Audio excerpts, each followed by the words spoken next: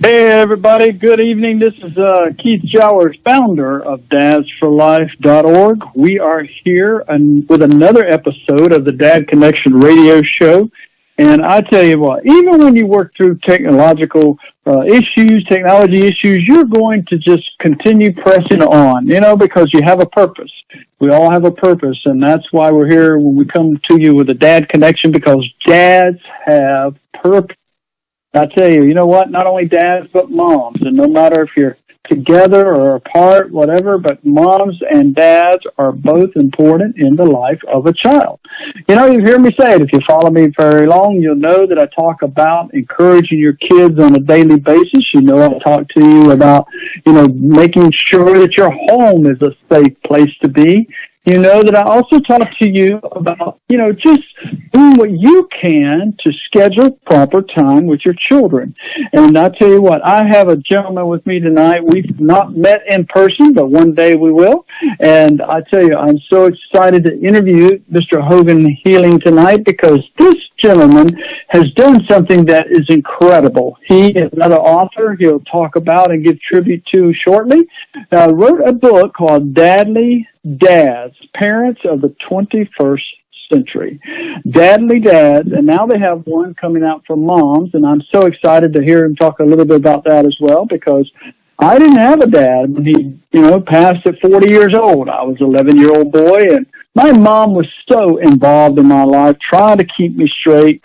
I was the baby of 4 boys, and I tell you what, without God's help, I'm not sure she could have succeeded with that, because I was a rascal at times in school. But, God has a plan for us. Jeremiah 29:11, for I know the plans I have for you, plans to prosper you and give you a hope for the future. And I tell you what, ladies and gentlemen, in this world today, we need hope, do we not? Well, I want to welcome each and every one of you to 108praiseradio.com. If you have a question tonight that you can interject something, or you want to call in and ask my guest Hogan a question in a little bit, you may do so. You call into the conference line at 770-415-2149. That's 770-415-2149. Once again, I'm Keith Jowers, founder of Dads for Life, and this is our Dad Connection radio show. It's bi-weekly right here at 108praiseradio.com. Mr. Hogan Healing is a dad of 3 children and founder of the United We Parent movement. Hogan is also the author of 10 published, actually it's 12 books now on parenting, and he's creator of the Dadly book series, which totals 6 books total. But Mr. Hogan has also appeared on Oprah and lives in Southern California. He's appeared on several things just to get this message out about fatherhood. And you can find out more about Mr. Hogan Healing at UnitedWeParent.com. So we want to welcome Mr. Hogan Healing to the show and talk about his latest project, Dadly Dad. So Hogan, welcome to the Dad Connection. Hey, Keith, thanks for having me and for the nice introduction. I really appreciate it. Well, I appreciate you being with us. I know you got 3 extra hours in your day out there in California than we do. And I know it's a little bit afternoon. You're taking away time from your day to be with us here on the Dad Connection here at 108. But I want to thank you so much for taking the time with me. When you and I started discussing well over a year ago now, I think, just in email about Dads for Life and what I do, and you invited me to be a part of this project, I was so excited about that. And then I was telling you a little bit about my grandchildren and how I'm involved with them now. And here, you even featured me, man. You were scraping the bottom of the barrel with me, weren't you? Trying to find new people to come into that book. But you put me on page 179 of your latest project, and I appreciate that. But let's talk about this great work called Dadly Dads and how it came about. So, Hogan, tell us a little bit of background of yourself and how you got involved with fatherhood movement and the parent movement in general, and how Dadly Dads got started. Well, first of all, if you wouldn't have accepted the invitation, I could have never done the book. I needed 115 dads, and it's really a credit to. It's really a credit. I came up with the idea, but if the 115 dads we invited to be part of this book didn't accept the invitation, the book would have never been completed. And I just want the audience to understand that there was a lot of work that went into this. And you guys had to make time to, answer the questions, submit the photos. It was a lengthy process. This book took over 2 years to put together. But before I begin talking a little bit about how the book came about, I just want to say that, when I was first a dad, it happened in the 1980s. And this is a great time to not only be a dad, but a parent, because back then there were no support groups for dads. I mean, there was literally nothing available. And today, you have access to there are dads groups out there forming.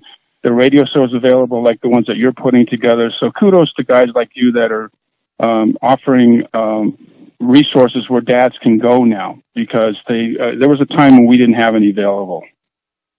Mm. It's funny you should say that, back in the 80s, because that's when I was a dad, actually 1981. And I was already into a 1-year marriage, and 2 years after my daughter was born, or actually about a year and a half later, I realized her mother didn't want to be married to me anymore. For some reason, it was kind of crazy, but I decided when I walked out of that courtroom, Hogan, that I would never divorce my child. I knew that regardless, as long as I was breathing, I was going to be involved in her life, because I did not want to be her to be a statistic, or me to where we weren't just involved with each other, because I was her dad, and that was my responsibility, and my God's gift to me was her, so I wanted to make sure I took care of that. So I know we both in our work, we see both dads that are at home and dads that are not. But you were right. When you talk about in the 80s, there was nothing. There was nobody I could go to, no resource or whatever. I didn't have technology or texting or anything like that. So we've come a long way, haven't we? Oh, yeah. I'll just give you the Reader's Digest version of how I actually got into writing. I mean, I'm not a writer by background. What had happened was, and just before I start, I'm also a product of a single working mom. And so I can relate a lot to, what you went through to some extent. But what happened was, in 1989, my wife and I gave birth to a special needs child, and he was born with a rare genetic disorder. Are we still on, Keith? I heard a beep. Yes, we are. Yes, okay. We are. And so he needed more care at home. And at the time, I was working 2 jobs. Both of us were working, and my wife and I talked about who was the best parent to stay home. And she wanted to pursue her career, and I owned a business at the time. And I decided, I'll give this a shot. And it was only going to be for like 2 or 3 years until Wesley got into school. And then all of a sudden, I kind of fell in love with the whole idea of being the primary caregiver. And I wound up doing it for 20 years while my wife continue with a career. And I loved I'll be honest with you, there were many challenges, but I loved every minute of it. And so during the time I was at home, I started writing a journal, and I had been writing a journal for 8 years. And yes, ladies out there, men are capable of writing journals, but we don't call it a diary, okay? That's right. But I started writing a positive thing about my experience as a parent, because I had so many parents talking to me, both moms and dads, going how horrible it was to be with kids. They were acting up and all that stuff. And I'm going my perspective on being with home with the kids was totally different. I was enjoying the whole thing. And so someone said, you should write a book. Well, I wound up turning that book into I wound up turning my journal into a book, and the title of the book was The Man Who Would Be Dad. And I developed a passion for writing, and then I just started connecting with more and more dads, and and what I started doing in the books was sharing the knowledge that I gained, and also to share the knowledge I gained from them. And eventually, what happened was in 2010, I came up with this idea about doing a Chicken Soup for the Soul concept book with just dads. And I have to tell you that we're very lucky too that we have the internet available, because I reached out to. Because these groups were just forming now on the internet, all these dads groups, and dads were connecting via the internet. And so I put out this invitation, and long story short, I wound up getting 130 dads involved in 2 books. The title of the books was Dads Behaving Dadly, 67 Truth, Tears, and Triumphs of Modern Fatherhood. It was the first book. And then there was a Dadly 2 with 72 stories. And I got stories compelling stories from dads of every family dynamics from the USA, Canada, I believe the United Kingdom, and Australia. And I wound up getting hooked up with a guy named Austin Dowd. And we were at a dad's convention. It was called the At-Home Dads Convention. And after those books came out, he came up to me and he says, I was thinking about doing a portrait book with dads. And he was just going to do a photo book. And he wanted to get my advice on how he could get it published. And I said, well, you know what? I have an idea. How about if I contact my publisher with this idea I have? And at the time, I think I had like eight or nine books published with this publisher. And the idea was this, is that we do the photo shoots, and then I came up with this form where I asked dads questions. And the first one was, share a favorite quote. The second one was, what do I do well as a dad? The next was, what did I learn from another dad? The other one was, what did I learn from my child? A successful fatherhood moment, and then a dad I admired. And if you think about these questions that I just gave you, how often do dads or even moms get asked these questions? I mean, how many moms and dads go to other moms and dads and say, well, tell me what you do well as a dad? What Austin and I discover is that, as parents, we can be very critical of other parents in the way they do things. And especially on the fatherhood side, there's still kind of this stigma that dads aren't as good at parents as moms, that dads are failing at being parents. They're always mocking dads. And, we've been kind of getting a bad rap. And what Austin and I wanted to do was to show that fatherhood is alive and well, that there are more great dads out there than there are bad dads that are being advertised by the media and by some of these father organizations about father absence. So I wind up reaching out to my network, and lo and behold, I got connected with you and 114 other dads. And the book, I cried one time. I mean, I saw the pictures coming in, and each page has 4 photos, a self-portrait, and then 3 photos of the dads with their kids and our wives. And it was just so touching to see the content and then match that with faces.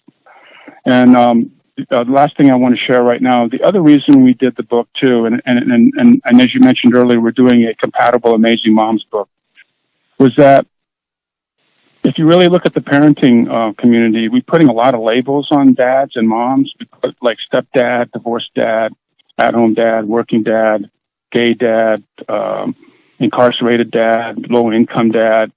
We wanted to give the dads their own identity.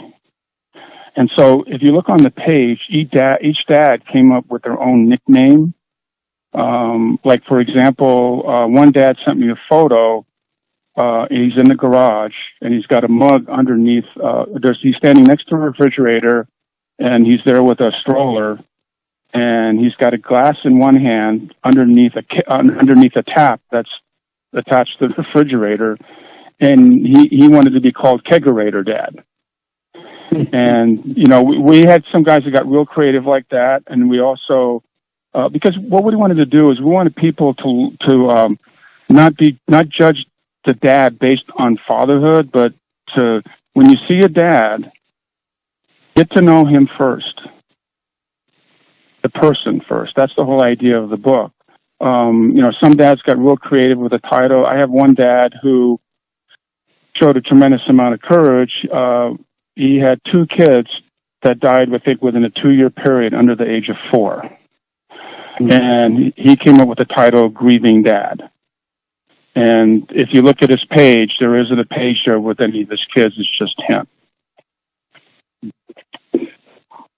Wow.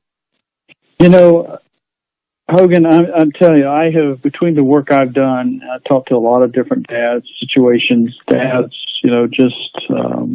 I've got some friends that have 9 children. One just celebrated that they just found out they're having their 10th child. So, I mean, and then I've seen situations like you were just mentioning, because a father a father's heart is huge. I mean, I've seen dads, these big old burly guys holding this little baby, you know, when he's born.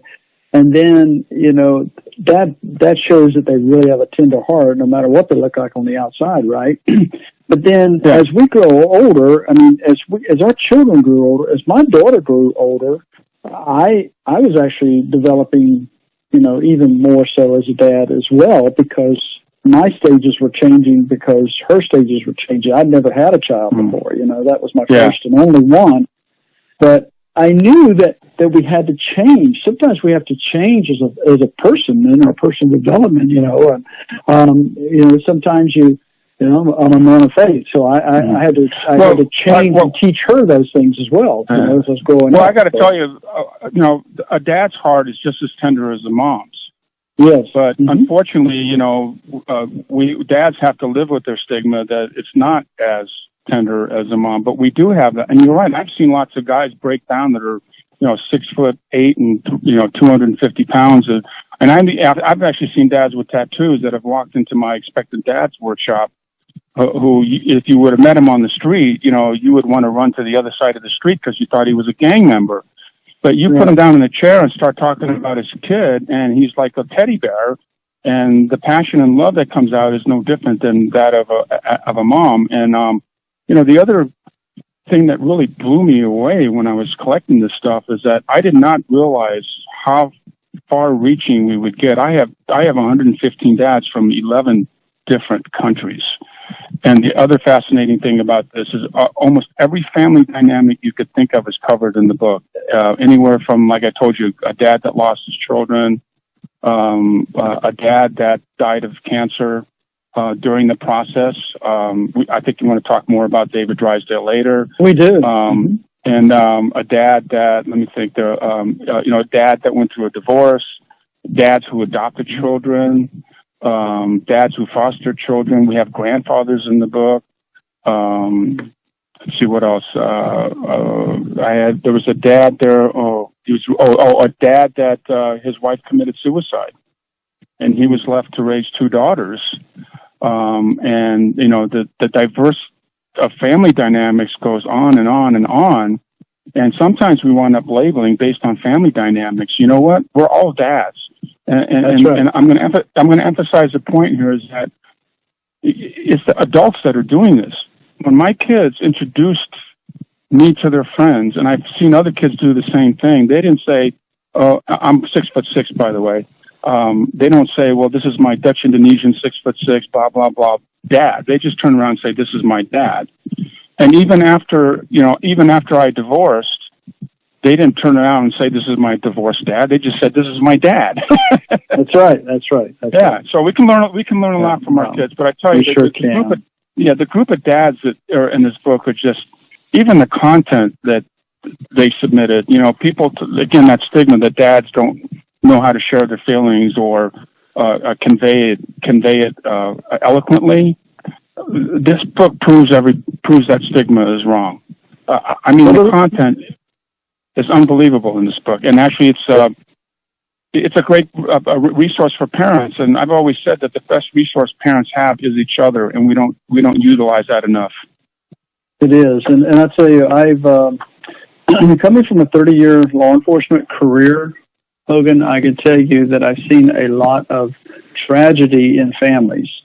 And I even worked in a school system for 18 years of those 30 years as a police officer on campus. And I was really involved in a lot of families. And go ahead, I'm sorry. I was just going to say, with a breakdown of communication in the family, and we don't learn how to communicate because it seems like with all this technology and communications, our communications with each other has broke down even more. You know, it's more about texting and all that. But I really saw some. Just to say, I saw some things that really bothered me, you know, in the family today. So go ahead. Well, I love what you said. I love that you shared that you worked in law enforcement, because we actually have a dad in the book who is incarcerated. I actually went to Wisconsin and I went and visited him. And I have been called on, why would you put a dad who's incarcerated in the book? Well, that's because he doesn't stop being a dad. he committed a crime. He's serving his time. In this particular case, he's serving life. But there are other dads that are in prison who are serving shorter terms. If we can get them to understand that prison walls shouldn't stop you from making a connection with your kid, maybe while they're in prison, they might be able to learn how to connect with their kids on an emotional level. And my second point is that I know dads that aren't in prison right now who put up emotional walls between their kids. So just because there's a concrete wall doesn't mean that we should not allow a dad in prison to keep him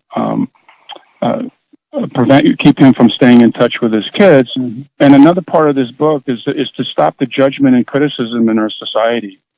It's not our place to judge other parents and criticize them. Leave that to the Lord. Mm-hmm. You know what I mean? That's right. Well, Hogan, stay with us. We're going to take a short break here on 108 Praise Radio. Ladies and gentlemen, I'm Keith Jowers, founder of Dads for Life and the Dad Connection Radio Show. We're talking to Hogan Healing tonight, and he has written a great book, he and Austin Dowd, called Dadly Dads, and he has featured yours truly on page 179 of that. And I am so honored to be involved in it. I have been actually been talking to a lot of organizations lately and being asked questions and involvement with them, and it's really exciting to know that we're getting out there a little bit more and more. But anything I can do to help a dad and a child, I'm all about that, Hogan. So stay with us. We'll be right back, ladies and gentlemen. Make sure if you want to call us in at 770-415-2149. That's 770-415-2149 on this break, and we'll get you on here to ask a question of one of us when we return. We'll be right back right here on 108praiseradio.com.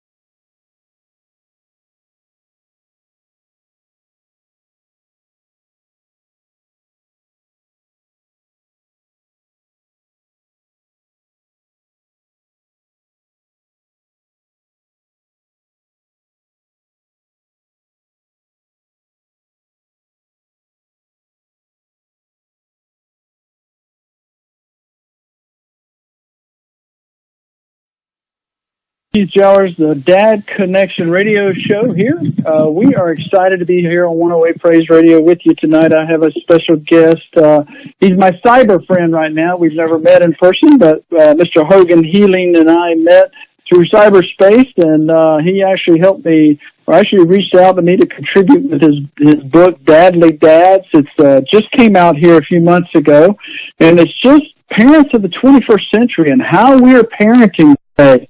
One thing he quotes on the front cover is fatherhood is alive and well all over the world. And I think he said 11 country contributors of dads have participated in this. This was 115 dads to tell their story through here. And it's been exciting. I tell you, Dads for Life has just grown considerably the last several months, actually, and we're just really fortunate to be a part, have our radio show back on, we're on 108 Praise Radio. We were off the air for a while, about a year or so, and then I brought it back here with 108 Praise Radio. We're reaching many, and we're so excited to be a part of here each and every other Tuesday night. See, you thought I was going to say Tuesdays, but it's every other Tuesday night. I will be taking next week off and be with my grandkids and looking forward to that. And I'll be back on August 8th. So, but let's get back into the show tonight. We're talking to Mr. Hogan Healing, who is one of the authors of Dadly Dads. And welcome back, Hogan. I appreciate you being and staying with us. Of course, Keith. I'm enjoying the interview.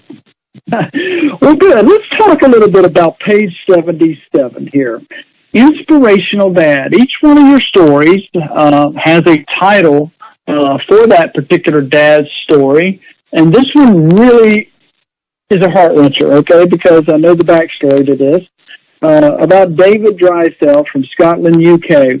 Tell us a little bit about David, and then also Nick, that actually wrote the foreword towards this, I guess, on your book about him. So tell us a little about it. I know he paid a tribute to David. So give us a little story on David and then how Nick paid tribute to him in your book. Yeah, what happened was actually Nick and David are from Scotland. I mean, that's just an example of how far the internet reached out. And I don't recall if I met Nick or David first, but I got a message from email from Nick, and he had told me that David wanted to be involved in the book, but he was diagnosed with cancer. So David was actually in the hospital at the time. I didn't know it. And so, David was just so excited to be part of the book. And then when he showed me the pictures he sent me pictures. It was a pretty gut-wrenching experience because it was a picture of him in the hospital bed with his 8-year-old boy, and his wife was expecting a baby at the time. And fortunately, the baby was born before he passed away. And so, you see this photo of this guy. He's cancer-ridden. He doesn't look very healthy, and he wants to put himself in this book. And he was definitely committed to be in there. And then he and Nick actually worked together in a fatherhood program in Scotland. And then, unfortunately, Nick had to contact me and to be the bearer of bad news and told me that David had passed away last July 4th. So it's been over a year since David passed away. And David, we were hoping to get the book out before the cancer took David's life, but that didn't happen. And he hoped that one day the book would be published, and it is. But Nick, I invited Nick to write a tribute about David because Nick was responsible for keeping the contact between David and I. As you can imagine, he was weak and he really didn't have time. And then after his death, Nick actually helped me stay in touch with David's wife, Misol. And she showed a tremendous amount of courage and honored David's commitment to be in this book. And, nobody can imagine how painful that must have been to her, and to have her find the courage to support the idea of keeping this book alive is really exemplary on her part. And what we actually did, Austin and I will be donating 10% of our royalties to Miss Saul's family. That's awesome. You know, I'm looking at his page now on page 77, and I just want to say, this is what he wrote. A successful fatherhood moment of his was telling his son, Mano, that he was going to die soon. It was unbearable, but I think I did it as well as I could. I kept it simple and didn't use any negative language. I explained that the treatment had not worked and that meant I would die soon. Then I hugged him and comforted him as the waves of grief came. I'm really proud that he has since told his friends he hasn't bottled up his emotions. You know, that would have to be a powerful fatherhood moment for any dad to know that he had to do that. I have another friend that has been a guest on our show, Garth Callahan, who started the Note Dad movement. And Garth, you know, was headed down that same road, and he did something positive before he was going to pass. Fortunately, he's still with us, but he, you know, it's like David, he was doing something positive in the light of this, and still wanting to be a part of your book and wanting to reach a dad somewhere. But he also had to take in that he had to tell his son. And that had to be powerful on him. I mean, just really a powerful moment that, you know, well, I mean, I'm sure his son didn't yeah. Oh, I'm tremendous courage. Too. I mean, yeah, and he did it exactly the way it should have been done. And like you said, you know, what bravery to be able to do that, you know, not only for his son, but I mean, even to share that with the world now in a book. You know, just shows that dads can be sensitive and also show tremendous courage by just sharing their true feelings. And like I said, you know, I hope people will, you know, both moms and dads will pick up this book and just take a moment just to read and get to know some of these dads. And I hope after they read the book, you know, go into your neighborhoods and really look and really start learning more about the dads in your neighborhood. And I think you're going to discover that this whole myth of father absence has been overblown.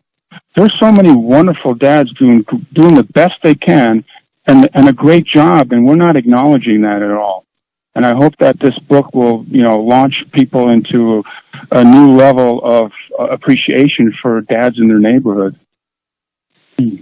Absolutely.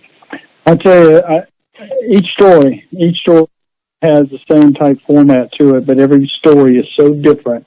How basically God took 115 dads from around the world and put them in your book, you know, and they all have a meaningful story that really is inspirational. It's neat how you call David's story that, and you know, because it's inspirational to me.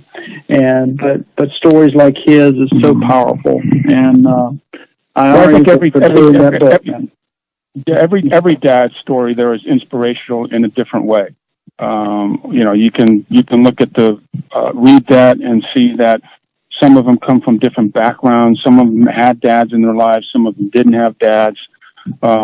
It's just I think it's just an incredible book, not because I came up with the idea, but the content that was submitted and the photos by the dads. And I think that's what makes it so unique, is that, you know, you can read the content and you can match it with the face, and not just the face of the dads, but the face of the kids, the face of the wives.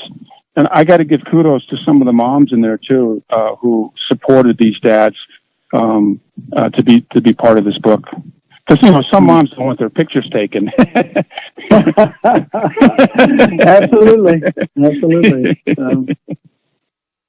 Well, I tell you, I am just so thrilled to be able to actually chat with you about that. We've got just a few minutes left here on our show tonight. What is the one story outside of David's? Does there one stand out the most? And the second question is your story in here? I haven't found that yet. You know, I'm not going to share which is my favorite, because there are 115 incredible dads in there, and and each situation is different. And to tell you that I'm going to pick one would be really a huge disservice to the other 114. Absolutely. I'm not in the book because this book wasn't about me. I have I've been very fortunate to have an incredible group of dads in my network. I learned so much from them. I learned more from them than the mistakes that I made. Okay? I said before, I said the best resource I have ever had, and I've read parenting books, and I've written parenting books myself. I would love for dads and moms to buy my book, but I'm going to tell you right now, the best resource that you have is not a parenting book. It's your neighbors. They're the neighborhood dads, your neighborhood moms, your family members who are dads and moms. You really need to start reaching out to that parenting community within where you live, because there's so much that they have to offer, but you need to ask them. You need to initiate it, because our culture is not set up that way. We don't teach kids by the time they become adults is that, to ask for help, to let them know that, parenting issues don't discriminate. They don't care how tall you are, how round you are, what race you are, what country you live in. As you read the book, the challenges are all the same and the rewards are all the same. Well, I can tell you that's so true, because after spending 18 years in the school system as a full-time police officer, I went into homes day and night to try to resolve issues. I've done counseling to hundreds and hundreds of families in my office. I have intervened in attempted suicides. I've had to respond to suicides at home. And there's so many issues out there. But if we do everything we can as a parent, Hogan, I believe that, we all have this course of life that we're in, and our children are only given to us for so long. We have a saying here we've done at Dads for Life for a while, and some people like it, and is that our goal is to help dads and moms now, because our message has expanded so much, to really be fired as a parent at 18, but hired as a consultant for life, Yeah. Because you're not really telling them what to do anymore at 18, as an adult per se, but yet they still come to you. We want them to come back to you and ask for guidance and direction, because they still don't know it all, even though they think they might. Well, I appreciate. Well, I appreciate what you said early in the show, that there's also an Amazing Moms book coming out. A coffee table book about moms. Right. Because and by the way, if there are any mom listening to your radio show, I just want you to remember that, because the dad's book was done first, we're able to do the mom's book now. So give the dads a little credit here. But anyway, I was very fortunate to hook up. And I have my network is not just dads. I have an incredible group of moms that have also helped me become a better parent. And I have a co-author. Her name is Dr. Elise Cohen. And she was so gracious to accept my invitation to do this book.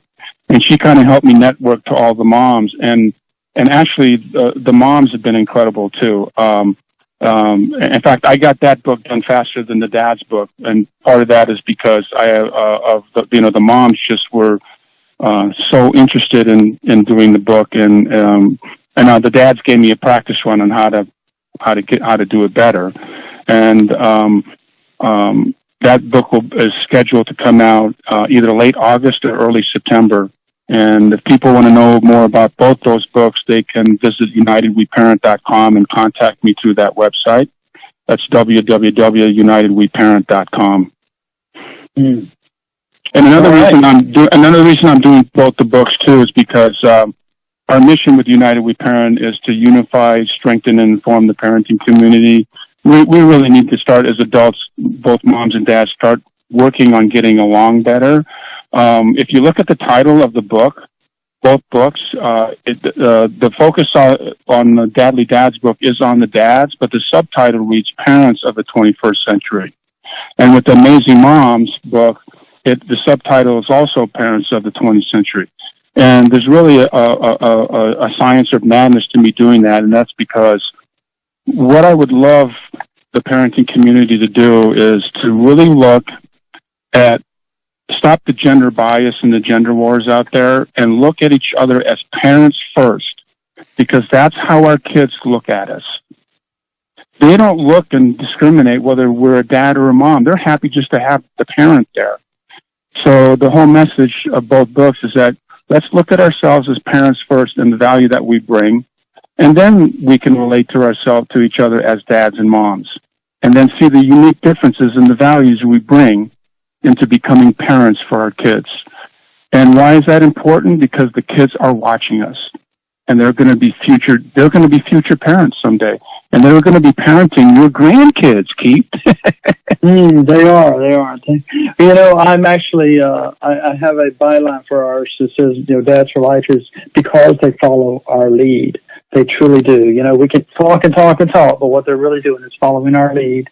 So we want to lead them properly. So, well, ladies and gentlemen, that's going to be wrapping up another show here on 108 Praise Radio, The Dad Connection.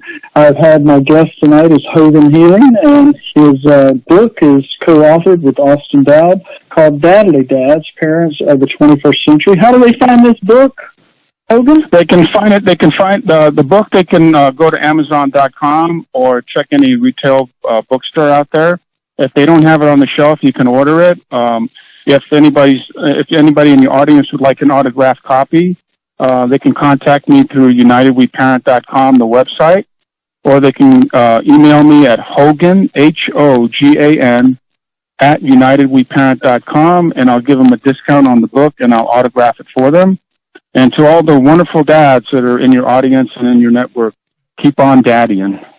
Hey, I agree with you there, you know. Hey, I didn't know about the discount nor the signature. I wouldn't have ordered mine from Amazon. So but that's where you can get it, ladies and gentlemen. Along while you're at Amazon, I want you to remember, you know, I have a few books out there. I had just created an officer-friendly series, Hogan, called Meet Officer Keith and Officer Keith and His Canine Friends, because it's for ages 3 to about 9 years old. I want parents to really help their kids understand, you know, not all police are bad, you know, like the media is trying to make us think sometimes. Yeah. But, and then I wrote one called Daily Connections, it's a parent journal.